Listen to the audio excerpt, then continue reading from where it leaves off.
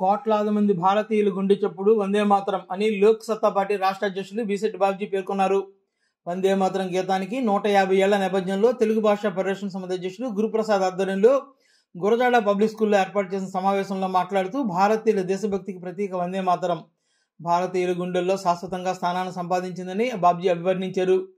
ఈ సందర్భంగా గురుప్రసాద్ మాట్లాడుతూ 150 ఏళ్ల క్రితం బంకించంద్ర చటర్జీ కాలం నుంచి జాలువారిన వందే మాతరం భారతీయులకు స్వాతంత్ర స్ఫూర్తిని కలిగించిన మంత్రమని, భారత జాతికి జాగృతి గీతంగా నిలిచిందని అన్నారు. వందే మాతరం గీతం భారత జాతి భావోద్వేగాలను వీణవలే మిట్టిందని, భారతీయులు వెన్నుతట్టి స్వాతంత్ర సముపార్జన కోసం సమష్టి కార్యాచరణకు బాటలు వేసిందని, వందే మాతరం కేవలం గత వైభవ స్మరణ మాత్రమే కాదని, భారతీయుల ఉజ్వల భవిష్యత్తును ఆకాంక్షించే మంత్ర జపం అని వివరించారు. జన విజ్ఞాన వేదిక జాతీయ అధ్యక్షులు డాక్టర్ ఎంవీఆర్ కృష్ణాజీ మాట్లాడుతూ వందే మాతరం ఆలపించినందుకు గాడిచర్ల హరిసర్వోత్తమరావును బ్రిటిష్ పోలీసులు అరెస్ట్ చేసి లాఠీలతో కొట్టారని పేర్కొన్నారు. కుసుమంచి ఫౌండేషన్ వ్యవస్థాపకులు కుసుమంచి సుబ్బారావు, ఆర్ఎస్ఎస్కు చెందిన T Paramahamsa, T Rajarao, Bharatiya Janata party Vizianagaram పట్టణ విభాగం నార్త్ అధ్యక్షులు శ్రీమంతి సుధీర్, పాఠశాల కరస్పాండెంట్ స్వరూప, ప్రధానోపాధ్యాయులు పూడి శేఖర్ తదితరులు పాల్గొన్నారు. జాతీయ పతాకాన్ని పెంగలే మనకి ఈ దేశానికి అందిస్తే అది కూడా మనం అందులో మనల్ని మనం చూసుకునే ఒక గొప్ప అవకాశం. జాతీయ గీతంతో పాటుగా జాతీయ పతాకాన్ని కూడా మనం మర్చిపోకూడదు. గొప్ప అంశం అంటే 150 సంవత్సరాలు ఒక పాటకి విలువైనటువంటి సమయం ఉంది. ఆ పాట ప్రజల కోట్లాది మంది జీవితాల అభివృద్ధికి భాగమైందంటే చిన్న విషయం కాదు. అటువంటి పాటమే సాహిత్యాన్ని మనకు అందించినటువంటి గొప్ప వ్యక్తి మరొకసారి మనం తెలుసుకోవాలి. మన చివరిని వందే మాతరం మొదలు అంటే ఆ రోజు వందే మాతరం అనే గేయానికి ఒక అద్భుతమైన స్పందన.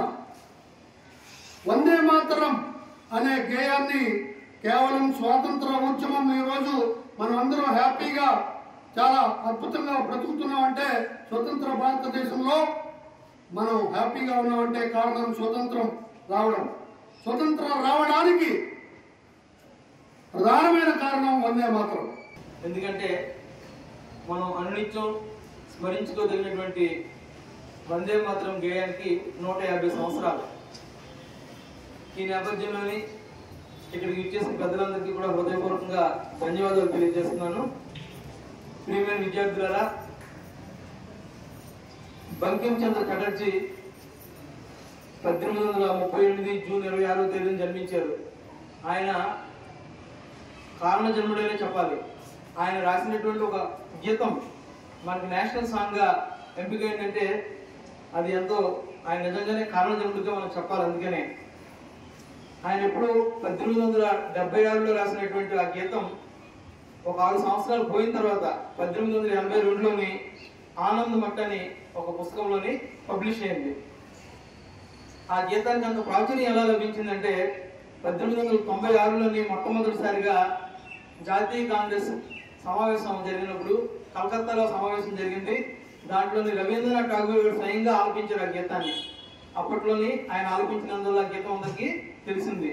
ఇది జరిగినటువంటి 9 సంవత్సరాలు పోయాక 1905లోని చందూరాణి సరళాదేవి అని ఆవిడ కలకత్తాలో జరిగినటువంటి జాతీయ కాంగ్రెస్ సమావేశంలో గీతాన్ని ఆలపించారు. అప్పుడు ఇంకా భారతదేశంతో విస్తృతంగా ప్రచారంలోకి వచ్చిన తర్వాత ఆ గీతాన్ని చూసి స్ఫూర్తి పొంది లాలా లజపత్ రాయ్ గారు అదే సంవత్సరం అంటే 1905లోనే వందే మాతరం పేరుతోని ఉర్దూ భాషలోని ఒక పత్రికని లాహోర్ కేంద్రంగా ప్రారంభించారు. 1937లో జరిగినటువంటి జాతీయ కాంగ్రెస్ సమావేశాల్లోని ఈ వందే మాతరం గీతంలోని మొదటి 2 పంక్తులు తీసుకొని దాని జాతీయ గీతం కింద అప్పుడు జాతీయ కాంగ్రెస్ ఆమోదాన్ని తెలిపింది. ఎంత గొప్ప గీతం ప్రపంచం అంతా తెలియాలనే ఉద్దేశంతో వేరు భాషల్లోకి దీన్ని అనువదించడం జరిగింది. ఇదే గీతాన్ని బెంగాలీ భాష, ఆయన బెంగాలీ సంస్కృతం 2 మిక్స్ అయింది ఆయన రాసినటువంటి లాంగ్వేజ్ లోని. దీన్ని ఇంగ్లీష్ లోని అరవిందో ఘోష్ గారు ట్రాన్స్లేట్ చేశారు. ఇదే గీతాన్ని సుబ్రహ్మణ్య భారతి తమిళంలో అనువదించారు. 2017 సంవత్సరంలోని మద్రాస్ హైకోర్టు ఏం తీర్పు చెప్పిందంటే తమిళనాడు రాష్ట్రంలోని విద్యార్థులందరూ వారంలో ఒక్కసారైనా సరే స్కూల్ కావచ్చు, కాలేజీ కావచ్చు, యూనివర్సిటీ కావచ్చు, ఎక్కడైనా సరే ఈ గీతాన్ని ఆలపించాలని చెప్పారు.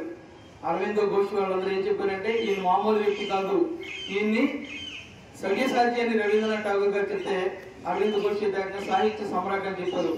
అటువంటి వ్యక్తి రాసిన వందే మాతరం గేయానికి 150 ఏళ్ల నేపథ్యంలో ఇక్కడికి విచ్చేసిన ప్రజలందరికీ కూడా ధన్యవాదాలు తెలియజేసిన